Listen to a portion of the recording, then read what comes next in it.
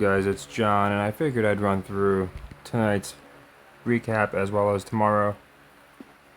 As far as tonight, we only have 3 units in play, so we have a pretty good gauge where we're at. And again, it's going to be another profitable day, I'm pretty sure, if I did the math right. And also, if you are watching this, if you watched my video last night, Rude was in the middle of playing Rune, or they were just about to start. I went into why I thought Rude was going to win. He's currently down a set, and last I checked, he had a break in the second set, but it's definitely going to be. He went into the match plus 160, so he's definitely going to be getting good odds. I would grab Rude. I just think he's going to win. I have a feeling that they're just setting it up. And again, I could be wrong. Diminar is looking really good, but I just have this feeling with Casper Ruud, they're finally going to give him. It's been a while since he's had a relatively important win, so he's been selling well enough. I have a feeling he's going to grab it. Just wanted to throw that out there. You could do whatever you want with that, but I just like the odds. Anyway, I wanted to go into tonight's plays. So, like I said, looking like a positive day. Missed the Hawks, down 1 unit. Got the Heat Jazz over, so back to even. We got both sides of the Nuggets, which was nice. We got the over and the Nuggets. Got the sweep, which we thought they would. So they got the cover. So 4 units. Illinois did not go under, so 2 units. And we did not get CLA to cover Texas A&M CC, so back to even. Florida didn't win, so minus 1 unit. And Arkansas did not go. They went over, so minus 2 units.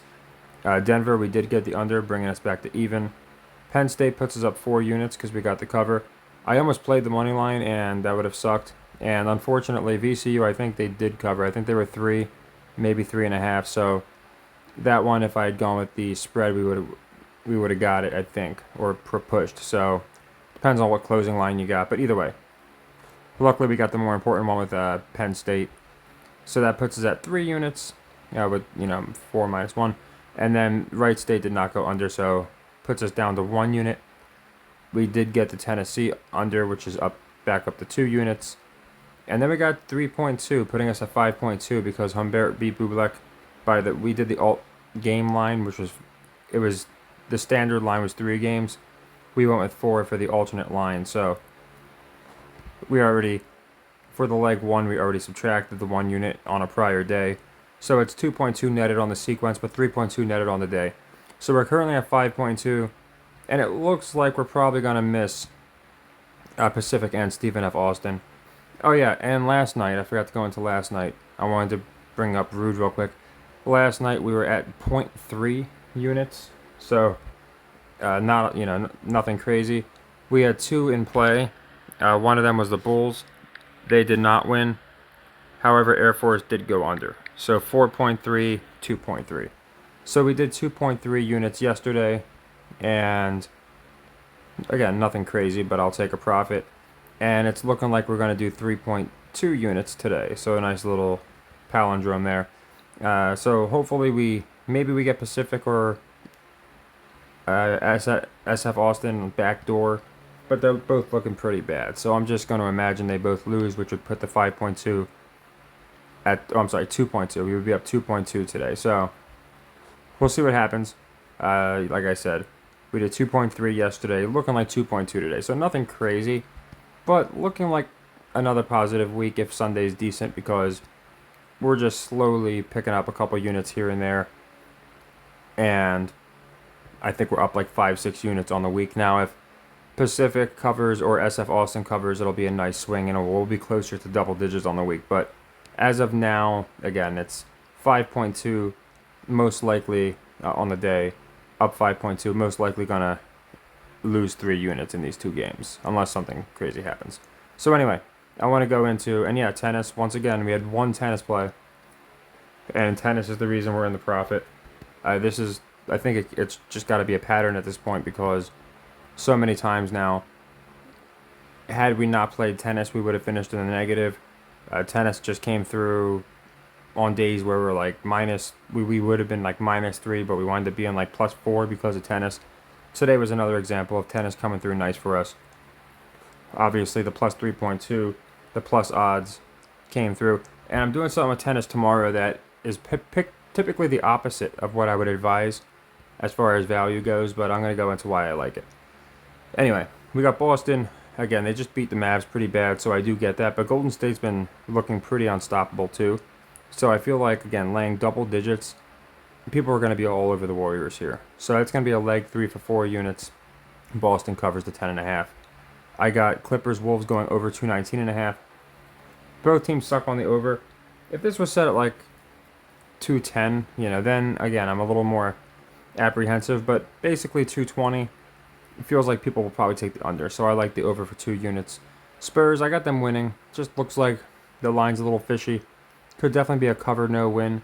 But it's for 1 unit. I like the 210, so I'm going to take them to win. And I like the Suns to win against the Thunder. Thunder, one of the best teams covering this year.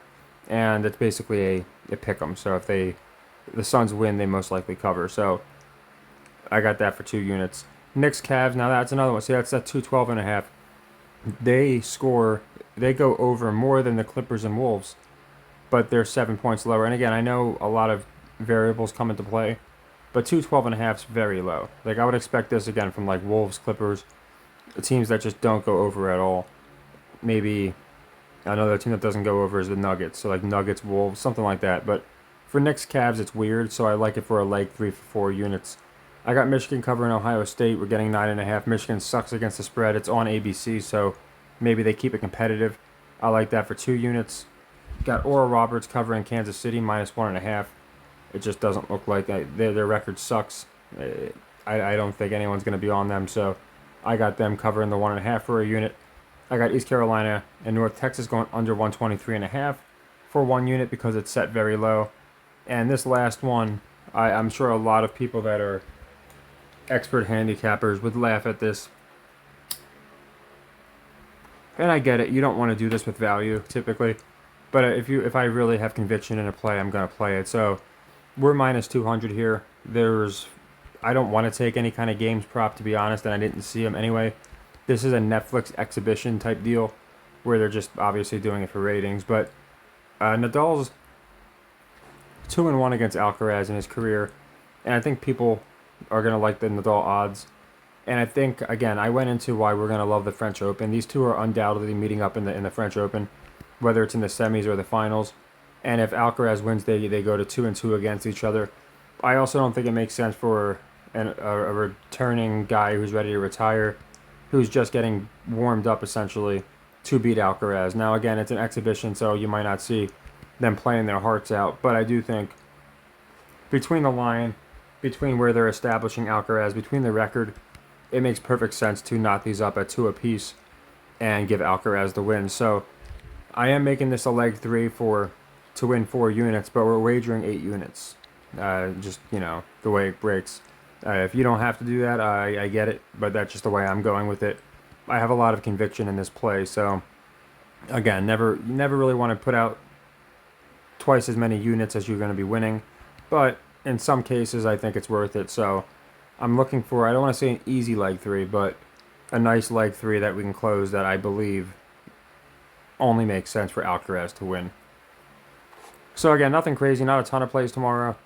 And we should probably we'll finish anywhere between, we could finish technically as high as like 8-something units today, but it's probably going to be closer to 3 units, 2-3 units. Unless, again, SF Austin or Pacific makes a run. But still a positive day, which I will take. And hopefully tomorrow, since, again, we have a good bit of units in tennis, it's a repeat of today. We had 1 tennis play today. We won it, and as a result, we were in the positive for the day. Hopefully tomorrow we get the same deal with Alcaraz winning. So that's it. And as far as, a couple leg 3s, couple leg 2s. So still, tomorrow can definitely flip us one way or another.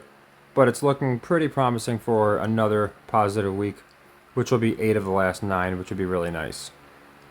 So I just feel like, again, with Alcaraz and Nadal, I almost never, I don't think I have a pick since inception where I took somebody against the juice like this. And you can see we're 136 pages in. So since I launched this on Patreon, every play has been basically your even value or plus odds. I don't think I had, unless I included it in a parlay, I don't think one time. So it's pretty crazy. Thousands of plays and this is the literal first time we're doing a favorite straight up. But I just think it's worth it. I think it's one that a lot of people are probably going to like Nadal because of the odds. It's an exhibition. But I like the 2-2. I like knotting it up. Even if it doesn't count officially, they'll say, oh, well, you got him in that exhibition, so technically it's 2-2. And I know they're meeting up in the French Open. So that's just my logic. So we'll see how that goes. So take care and happy earnings.